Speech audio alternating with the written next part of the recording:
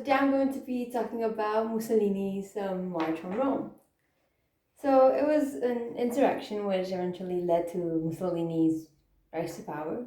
Well, yes, and it occurred in late October 1922. It occurred over a matter of days, so it's not just a specific date. And it marked the beginning of fascist rule in Italy, and really the rise of fascism in Europe. It all started with Mussolini's March on Rome.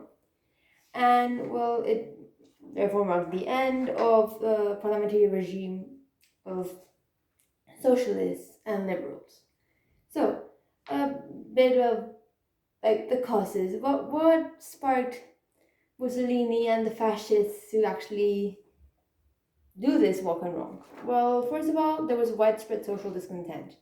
I mean, early 1920s in Italy, things were not amazing.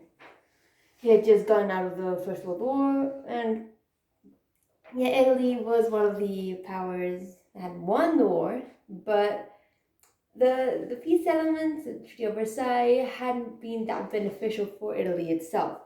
So the situation in Italy wasn't that good. Also, the middle class was terrified of a socialist revolution because, 1917, the whole Oh, that's Germany. 1917, the whole not Soviet Union, but the Bolshevik Revolution had happened in 1917 with the collapse of Tsarism, and then that same year, 1922 was the year the Soviet Union was established. Then 1918, a socialist government was established in Germany, the Weimar Republic, and well, things were not looking amazing for the middle class. It was mainly in the rise of socialism in Europe. So naturally, the middle classes were afraid, and the economic situation in Italy didn't exactly help. Yeah, they weren't as damaged by the war as Germany was, but the economic situation wasn't exactly ideal. So, well, that was the causes, and well, obviously to have this march on Rome, there needed to be a plan. So, what was this plan? Well, on October 24th, 1922, the Fascist Party leaders decided to do an insurrection, just take power for themselves. And they planned this for October 28th. And it would essentially be a march on Rome. They would just get up and walk towards the capital. Like, as simple as that, just walk towards the capital and seize power. And this idea was the same one Hitler used in 1923, the year after this happened, for the Munich push. He was in Munich and marched into the city. He was stopped there. But Mussolini was successful, Hitler wasn't, but he copied his ideas on Mussolini's. So this march on Rome would be carried out by black shirts. Essentially fascist armed squads, which you could say, the Italian fascists had these black shirts.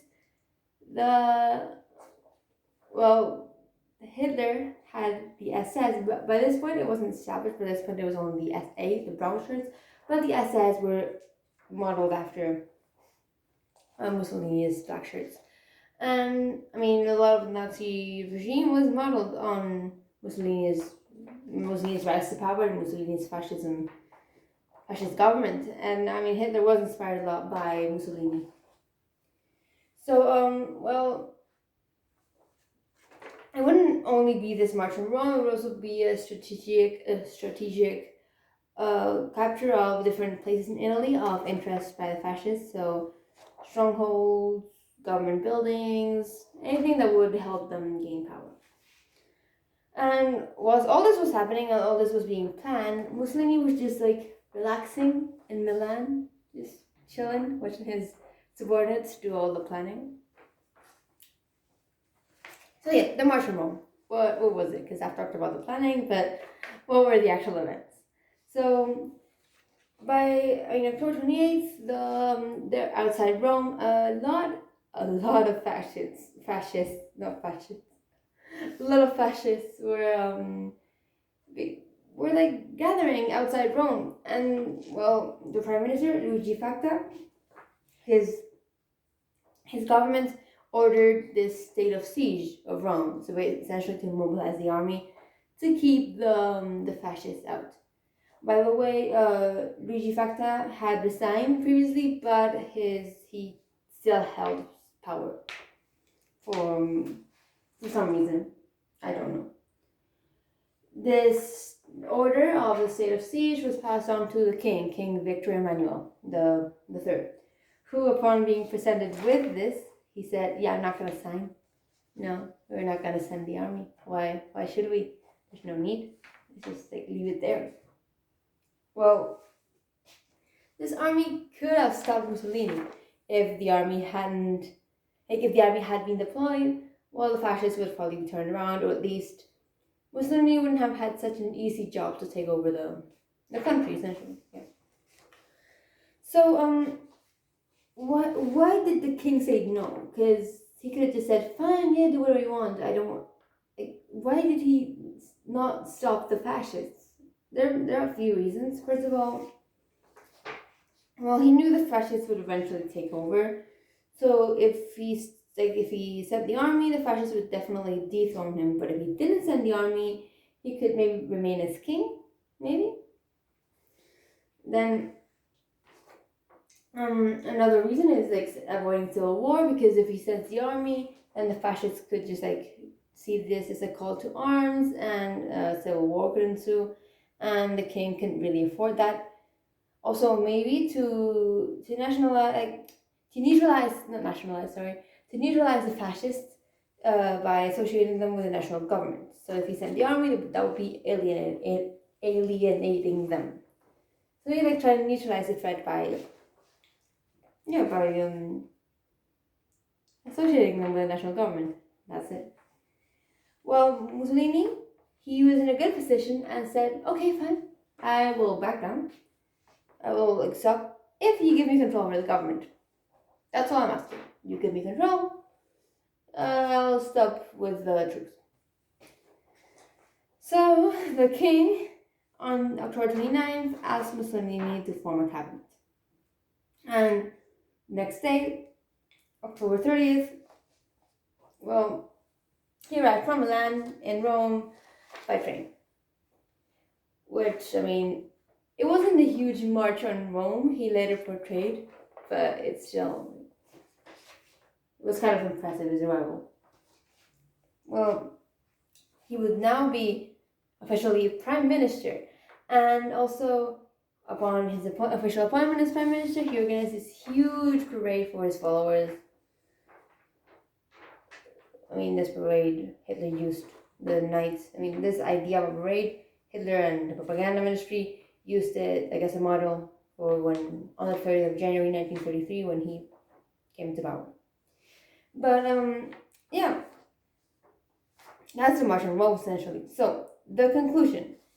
Well, it wasn't this huge conquest of Italy that Mussolini later claimed to have done. I mean, upon when he was in power, he claimed this was this glorious conquest when it was just some fascist troops stationed outside Rome. The prime minister, "We should send the army." The king was like, we should not send the army." Mussolini's like, "Fine, I'll remove them. You make me the prime minister." So the king made him prime minister. That's literally the entire thing. Like, it was just intimidation by the public authorities were intimidated. That's it. There was no glorious march. And on top of that, everything that happened was within the Constitution, so no laws were broken. So, I mean, the whole March on Rome idea is a huge propaganda attempt rather than, anything else. So yeah, that is pretty much it. I mean, I don't think I have much to say. It's not as gory. I mean, when I first heard of this March on Rome, I imagined this huge, like, army paramilitary group, just marching towards Rome. But it's not that. It was kind of lame. I mean, it was impressive, but not a huge deal. So yeah, that's pretty much it. I'm not gonna say anything else because there's not much else to say. So yeah, thank you for watching, and I hope you liked it. Bye.